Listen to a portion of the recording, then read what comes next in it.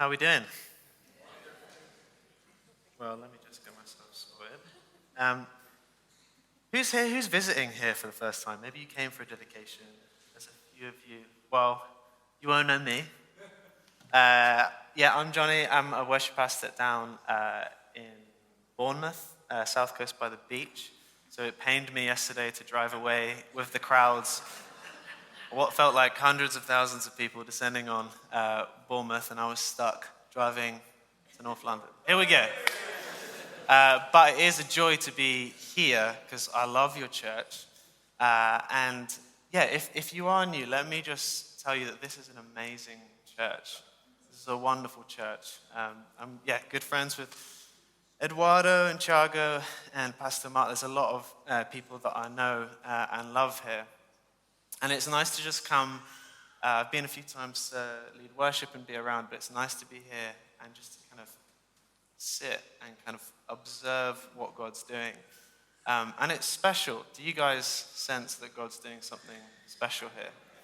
It's really beautiful. So I'd encourage you just to give all that you can in this season, relationally, build friendships, go for food with people, enjoy God together, but actually, more than just arriving on a Sunday, you're coming to something that God is doing, and he wants you to be a part of that. So if you're new, there's a space for you. I would love to be here more than I can, but I'm here today. Thanks. Well, I wonder what you would say if I asked you what your highest priority is. What would happen if you took an inventory of your life, the things that you value most? Which one thing would rise to the top? Maybe it would be to take care of your family or to prioritize your health. Maybe it would be to achieve that one career goal or promotion that you've been working towards. Or maybe, if you're really holy, it would be to read the Bible a bit more, be a bit more like Jesus. Well, if you've been at a Vineyard church for any amount of time, you might have heard this phrase. We say it every week at my church, but we say worship is our highest priority. Now, we live in a time where catchphrases and sound bites are so often used that they can become familiar rhetoric. These words that we hear repeatedly but never really stop to consider. Well, as I've spent time doing that, stopping, considering for this message, I've lingered on the enormity of this statement, that worship is our highest priority. And just so we're all on the same page, what we're saying is that in the Vineyard movement, worship is our chief priority, the single most important thing that we do. Now, as the weight of such a big statement lands with you, maybe it brings up intrigue, maybe some curiosity, maybe even some uncertainty. But for a moment, stick with me, this guy that you don't know, and maybe hold your questions, maybe write them down as we unpack this message together. I know that some of you guys have been here for the last few weeks, and you've been in this worship series. Who's been enjoying it? Yeah? Who feels like they've learned something new? Crucially, who has something like practical tools that they can use to help in this life of worship? It's been good, right? So Pastor Mark, Eduardo, and Lissy have done a beautiful job of opening up the topic of worship and building a solid foundation that hopefully I can add to. You know, there are many aspects of worship that we could talk about today, whether it be song or deed or life laid down. But if I could give you one thing to walk away with today, my personal highest priority within this series that you're doing on worship, it would be this: that we would understand deeply that worship is about God and not about us. Worship has always been about what we can give to God, not what we can gain from him. To be a Christian, then, is to live a life of response to God. So then, worship is response. Every human on earth, past and present, has shared the same pursuit. We're all looking for an overarching purpose in life or a place to belong and to situate ourselves. And we go about this in different ways, aligning ourselves to worldviews, values, causes, or beliefs. And in this quest for purpose, we often try a bunch of different things, throwing ourselves from career to relationships to social causes or hobbies or the next viral lifestyle destined to bring us that happiness we're waiting for. But the problem has always been that once the shine has faded from the next new thing, we're left aching for something we can't seem to find. C.S. Lewis puts it like this, quote, yes, if I find in myself desires which nothing in this world can satisfy, the only logical explanation is that I was made for another world. I wonder, where in your life might you be searching for satisfaction or purpose? As Christians, we believe that the secret to discovering this other world that Lewis talks about, the place that we finally found the purpose we're craving, is found in God. Genesis 1:27 tells us that man was made in the image of God. Now, one thing that you don't know about me, that you can learn about me now, is that I'm an uncle, a very proud uncle to two little boys. And not long ago, my youngest nephew, Job, turned 1. And for all of you parents in the house, something happens. I don't know what happens at 1, but everything happens. Suddenly, overnight, he's been running around, chatting around, dancing away, and it's a lot of fun to be around a 1-year-old. But when I first held little Job as a baby, I could clearly see that he was made in the image of his parents. As crazy as it sounds, this is what we are told in Genesis. We, you and me, we're made in the image of God. We are the imago Dei, or the image of God. And like little Job shares his parents' likeness, we have God's likeness. There's something innately within us that reflects the creator of the world. You can't change anything to do that. He's just done it for you. And being made in the image of God, we have this intuitive desire, a deep and almost primal need to know and to respond to our Maker. We can see around us the fingerprints of a creator, whether it's in the miracle of birth, the radiance of nature, or the beauty of music. But we, as the creation, can only find our true purpose in the Creator himself. We were made like all children to find our sense of belonging and identity and the loving care that we need from our Maker, but also to reflect his sacrificial and generous nature. Unfortunately, as we kind of skip forward in Genesis, we see that Adam and Eve turn away from God, choosing their own desires above the kind instructions of God. Their actions cause separation from him, because the problem is that creatures made for worship can't help but worship.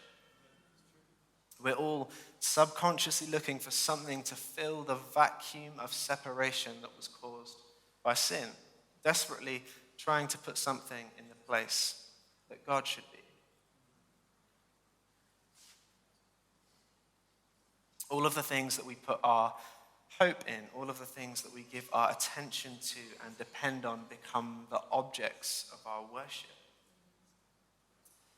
So worship is not only an innate response that kind of springs up from us whether we want to or not, but it's also the correct response. This is our faith, the truth that we stand on, that not only were we lovingly made in the image of God to reflect and to respond to God, but that he has pursued us, despite the separation of our sin and our choice to worship other things. He is gracious and compassionate and slow to anger and abounding in steadfast love.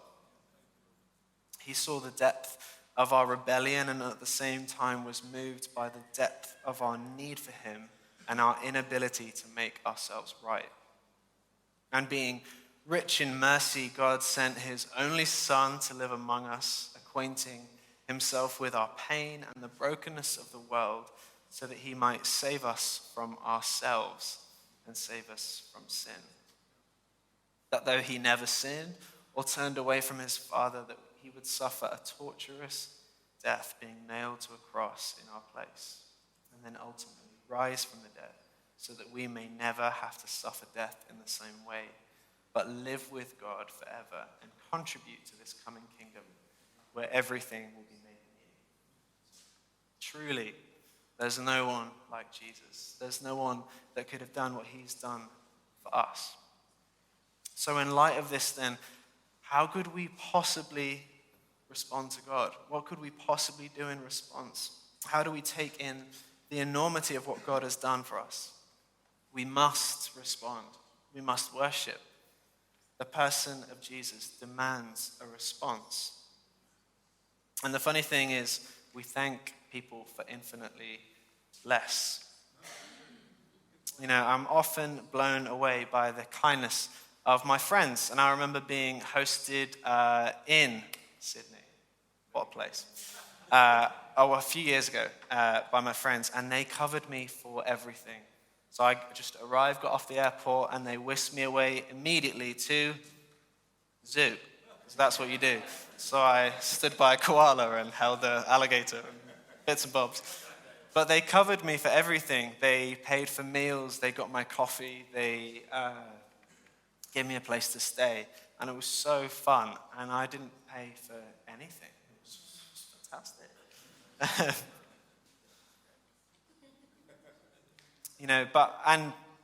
Not least, to be fair, the amount of time that they put into making an amazing itinerary just for me to enjoy whilst I was over for a short time. And I made sure to thank them. But I felt a little embarrassed at their generosity.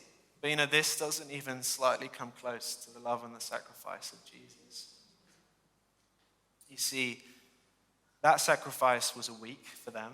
It was money and it was time, and I can see that, and I thank them for that. But an eternal sacrifice requires an eternal response. That's why to give our lives is correct and fitting. How do we respond to this great love? We give everything the way that he gave everything. We say thank you, and we say thank you again. We revere and adore, and we give our lives for the things that are important to him. There's no other response. We must, by God's continuing grace, as Paul says in Romans, in view of God's mercy, offer our bodies as a living sacrifice, holy and pleasing to God. So why do we worship? Why is it our highest priority? Because it is not only our innate response, but it's the correct response. God is worthy not only of our adoration, but our action, not just our delight in him, but our diligence to live the way that he asks us to. Not just our ministry to him, but our ministry to others. He is worthy of everything. We as Christians are people of eternal response. What Jesus has done for us has marked us in such a way that we don't just live differently for a week, but we keep on becoming more like Jesus in response to him. We don't just have these singular moments of realization, accepting Jesus as a gift that we receive once, but we receive him daily as our King and thank him eternally. So worship is innate, it's correct, but it also has this funny way of resetting us and redirecting us. If you have a Bible, can I ask you to get out and flick to Romans 1? And before we read this, I want to credit Michael Miller, who's the pastor of Upper Room Church in Dallas. I've learned so much from him and from that church, and a lot of what I've kind of taken this point was from a podcast that I listened to called Why Say Thank You. So make sure you go and check that out and enjoy that. But here we are, Romans 1, 18 to 23. I'll I'll read it from here. The wrath of God is being revealed from heaven against all the godlessness and wickedness of people who suppress the truth by their wickedness. Since what may be known about God is plain to them because God has made it plain to them. For since the creation of the world, God's invisible qualities, his eternal power and divine nature have been clearly seen, being understood from what has been made, so that people are without excuse. For although they knew God, they neither glorified him as God nor gave thanks to him, but their thinking became futile and their foolish hearts were darkened. Although they claimed to be wise, they became fools and exchanged the glory of the immortal God for images made to look like mortal human beings and birds and animals and reptiles.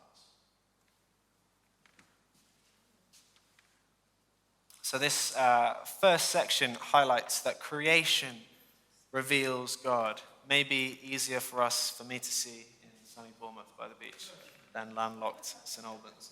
But creation reveals God. And it's saying that even without Jesus, people are without excuse. The proof of God is all around us. But the verse that really struck me is verse 21. For although they knew God, they neither glorified him as God nor gave thanks to him. Now here, Paul is speaking to Christians, people that actually knew God. And I'm sure that we would probably say that most of us here this morning know God. And so this applies to us. Even though they knew God, they did not glorify him or give him thanks. So what happens when we don't thank God, when we don't glorify him? Well, for the rest of the chapter, Paul lists the disastrous effects. And there are a lot. Are you ready? It's grim. Here we go. We are told that their thinking became futile and their foolish hearts were darkened, that they stopped worshipping God and began worshipping idols. We're told that they're filled with every kind of wickedness, evil, greed, and depravity, that they envy, murder, are full of strife, deceit, and malice, that they are gossips, slanderers, God-haters, insolent, arrogant, and boastful, that they disobeyed their parents and have no understanding, no fidelity, and no mercy, that they practice all kinds of sexual immorality, and to top it off, it even goes as far as saying they invent new ways of sinning. All of that because they didn't thank or honor God. Now this is a weighty passage. It doesn't make for a comfortable read, but if we were to pause for a moment, I wonder whether you can see those symptoms playing out in our communities, in the news, or maybe even in ourselves. And isn't that just the story of human nature in one chapter? When we don't worship, when we don't keep God at the center, we inevitably put ourselves at the center. We make ourselves the main character of our own story and spiral further than we could believe possible. The moment we lose perspective of who God is and stop responding to his lordship and his kindness, we're in a world of trouble. Eugene Peterson writes this: worship is the strategy by which we interrupt our preoccupation with ourselves and attend to the presence of God. Worship is the time and place that we assign for deliberate attentiveness to God. Not because he's confined to time and place, but because our self-importance is so insidiously relentless that if we don't deliberately interrupt ourselves regularly, we have no chance of attending to him at all at other times or in other places. That's good, eh? Who's like, I'm selfish? Yes. Just me. Yes, worship is our whole lives, but it's also the blocks of time that we set aside to behold Jesus, take our eyes off of ourselves and put them onto him. It's the act of stopping and doing what the Romans did not, thanking and glorifying God, to see him rightly. You see, worship is a divine reordering. You may be starting to see the beginnings of that destructive fruit in your own life, maybe sin or jealousy, hatred, arrogance. But the moment that you turn to Jesus and choose to position him rightly, a divine reordering takes place. As we surrender our preoccupation with ourselves, as we surrender our sins, our doubts, and our fears, as we bring the struggles of life to Jesus and say, you are the one true God, as we thank and confess our weakness, the Spirit lifts our eyes from ourselves and reminds us again of the mercy of Jesus. How many times have you come into this place, come into a space of worship and left a different way to when you first came in? This is because worship was always intended to be the heart of the Christian faith. Now, who's a science person? You like science? All right, get ready to be wowed by GCSE science. Here we go. The human heart has two main functions. The first is to pump oxygen-rich, life-giving blood around the body, and the second is to deliver waste products waste products like carbon dioxide to the lungs to be removed. Worship acts the same way in our lives. As we respond to God in worship and we surrender to him, everything kind of orders itself. It finds its proper place and perspective. It's like that oxygen-rich blood pumping around our body, nourishing us, bringing us peace, hope, and joy. And in the same way as we fix our eyes on Jesus and give him thanks, we find that the obsession with ourselves starts to melt. Those areas of pain and sin and shame start to loosen, and pride breaks as we humble ourselves before Jesus. Worship is a gift. It is the life-giving, refining heartbeat that if we will prioritize it, will transform not only our lives, but the lives of those around us. Finally then, worship is his reward. Hebrews 12:2 says this. For the joy set before him. Here we go. Let me find this. I think I'm a different translation. But here we go. For the joy set before him, he endured the cross, scorning its shame, and sat down at the right hand of the throne of God. You know, Jesus' decision to die for us, to die for me and you, wasn't rooted in a cosmic sense of duty. It was a beautiful and sacrificial demonstration of love. But according to the writer of Hebrews, there was something Jesus had his eyes fixed on, that he was joyfully expecting as he endured the brutality of the cross. And that joy was you. It was me. It was the reality that that he would not only save us, but be with us. No separation, no division. This was the joy set before him. A future where the separation of sin would be no more, and we would be able to be his people, and he would be our God. This was spoken of hundreds of years ago in the book of Jeremiah, where God says, they will be my people, and I will be their God, and I will give them one heart and one purpose, to worship me forever. And it's also seen at the end of time in Revelation 21, where John has a vision of heaven and recounts it, saying, I heard a loud shout from the throne, saying, look, God's home is now among his people. He will live with them, and they will be his people. God himself will be with them.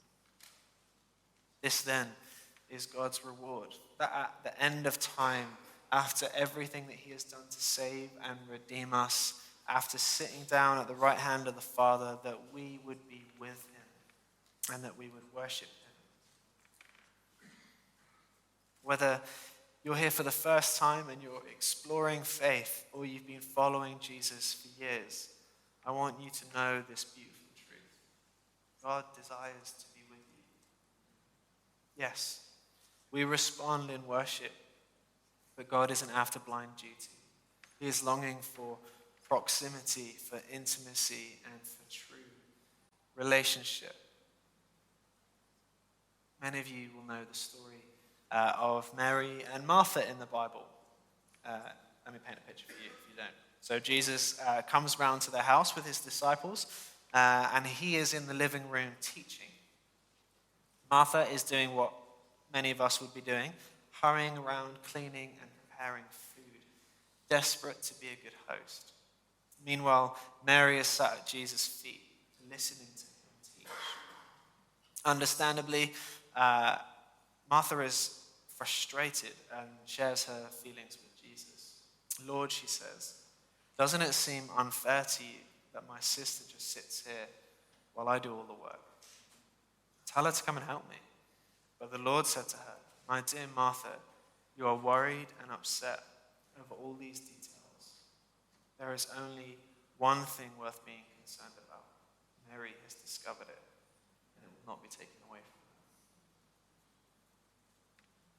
her. I think many of us can empathize with Martha when we consider all the things that are to be done in the kingdom of God. Jesus calls us to live lives of service and compassion and justice, lives that proclaim the good news through works and deeds. And there's a burden and an urgency to be doing those things, which is a good thing. After all, God has instructed us to live that way. But here Jesus says that Mary has found the one thing. She chose to be with Jesus face to face rather than serving him from a distance. Before we ever do anything for God, we must remember that God saved us so that we might be with him. We must, and to be close to him. And he died not only to make us servants, but precious sons and daughters who have the privilege of sitting at his feet just to be close to him. Another time, Jesus was asked what the greatest commandment is. And I love this because he never answers like we think he would. So he's asked, what's the greatest commandment? And he says, I'm going to give you two. And he doesn't answer on their terms. He says, love the Lord your God with all your heart, with all your soul, and with all your mind. This is the first and greatest commandment. And the second is like it. Love your neighbor as yourself. What Jesus is essentially saying here is that you're to love me above all else. And you're to demonstrate that love for me by loving others. You see, you cannot separate love spoken from love demonstrated. They're two sides of the same coin. But there is an order. Imagine for a moment a marriage where you continually demonstrate your love with acts of service, giving generous gifts, and sharing with anyone that would listen about your beloved. This is beautiful and it's important. But if you never spend time with that person, never actually look them in the eyes, taking the time to say just how much they mean to you, and to give them the space to do the same, that marriage very quickly begins to look hollow. Our love of Jesus and our worship of him must come before the demonstration of love to those around us. This isn't to diminish the need and the importance for a life of sacrificial service. Those things are so closely intertwined that you can't separate them. But we must remember that there's an order. One flows into and enriches the other. We should remember the words that God gives to the church in Ephesus in Revelation 2. It says, I know your works, your toil and your patient endurance. But this I have against you. You have abandoned the love that you had at first. This then is why worship, the time that is set aside to sit before him in prayer, praise him in song and dwell with him intimately, is our highest priority. Because first, love is of first importance. Worship is our innate response. It's the correct response. Worship resets us, worship redirects us, and worship is God's reward. And importantly, when we spend time with God and express our love, the demonstration and embodiment of that love to the world around us follows. I'll close with a quote that I had recently that says something like this. As worship goes, so does the church. I believe that the health of our worship lives will determine the health of the church and our individual lives, because worship is our response.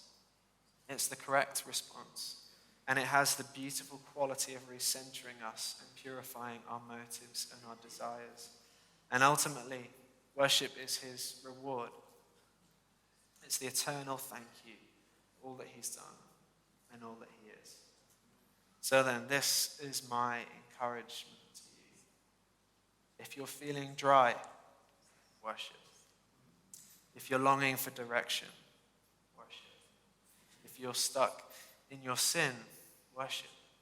If you're overflowing with joy, worship. If your circumstances are painful and confusing, worship. In all things, let's be a family that choose to worship. Let's stand.